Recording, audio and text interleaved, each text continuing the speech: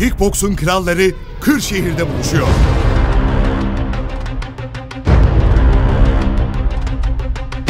Kafkas Kartalı Erkan Varol, Mixed Fight Dünya Şampiyonluk ünvan maçına çıkıyor. Bitmedi. Tevfik Sucu, William Dingle, Cafer Ahmedi, Viktor Udolski,